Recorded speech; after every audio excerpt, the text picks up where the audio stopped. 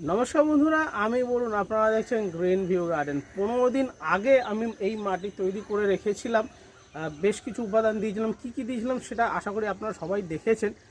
আর আজ আমি এই মাটিতে টমেটো চারা আমি বসাবো, আর কীরকম টবে বসাবো সেগুলো সবই আমি আপনাদের, তো প্লিজ সঙ্গে থাকুন। তাহলে কিন্তু টমেটো চারা গাছ আপনারা ছাদে কীভাবে করলে সম্পূর্ণ কিন্তু ডিটেলসে আপনারা জানতে পারবেন। তো শুরু করছি আজকে ভিডিও। আর সময় নষ্ট না করে এই মাটিটা আমি টবে ভরছি।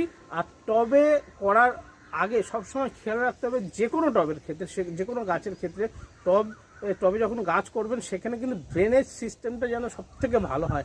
যত ড্রেনেজ সিস্টেম ভালো হবে আপনার গাছ কিন্তু ভালো হবে। আমরা দেখি যে অনেক সময় ভালো গাছ থাকতে থাকতে মরে যাচ্ছে।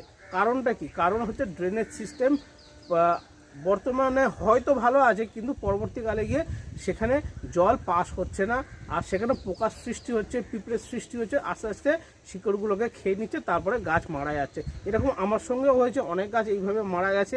তো ড্রেনেজ সিস্টেমটা কিভাবে করছি সেটা আগে দেখিয়ে তারপরে আমি টমেটো চারা গাছ কোথা থেকে তুলছি। আমার বাগানেই অনেক টবের মধ্যে কিন্তু ছোট ছোট চারা গাছ হয়েছে, সেই চারা গাছই আজ আমি এখানে এই মাটিতে বসাবো। তো চলুন আর দেরি করব। তো এই আমার টব, তো যথেষ্ট বড় টব আছে।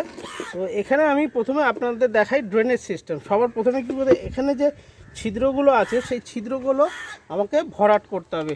সে খোলামকুচি হোক, স্টোনচিপ হোক, টবের টুকরো হোক, যেরকম খুশি হোক, যা খুশি হোক, আমি এখানে পাথর দিয়ে দিচ্ছি, বড় বড় পাথর।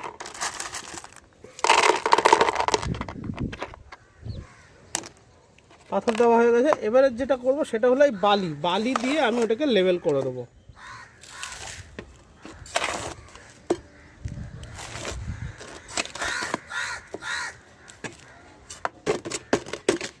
এই দেখুন, তো আমার ড্রেনেজ সিস্টেমটা তৈরি হয়ে গেছে। তো এইভাবে এক এক করে যতগুলো টব আছে সমস্ত টবে কিন্তু আমি এইভাবে ড্রেনেজ সিস্টেমটা তৈরি করে নেব।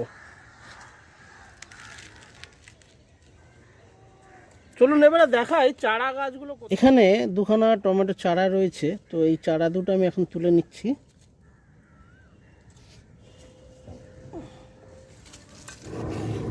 এই দেখুন, আমি তুলে নিয়েছি, এই উঠে এসছে।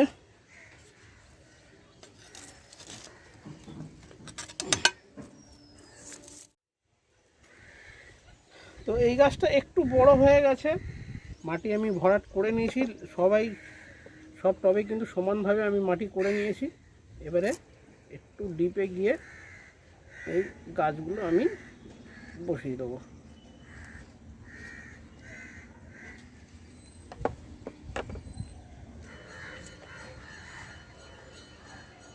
দুটো গাছ হয়ে গেল। এবার এই গাছটাও সেম একইভাবে আমি বসিয়ে দেবো।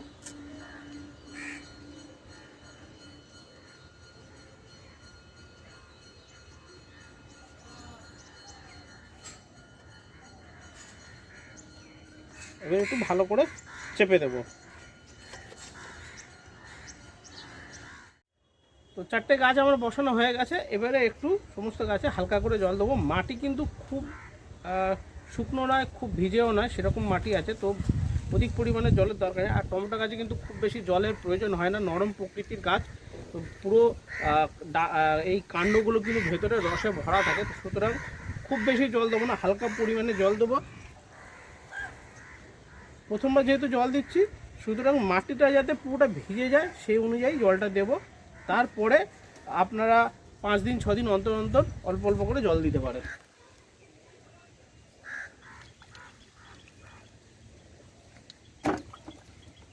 জল দেওয়া হয়ে গেছে, খুবই অনায়াসে দেখুন, দেখে বুঝতে পারছেন যে জল কিন্তু খুবই তাড়াতাড়ি নিচে নেমে যাচ্ছে, চলে যাচ্ছে, কমপ্লিট হয়ে গেছে।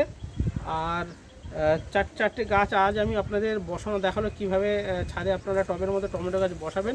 আর ভবিষ্যতে কীরকম কী যত্ন নিচ্ছি সেগুলো সবই কিন্তু আমি আপনাদের আপডেট করবো। আর গাছ কতটা কী প্রোগ্রেস হচ্ছে সবই কিন্তু আমি আপনাদের দেখাবো।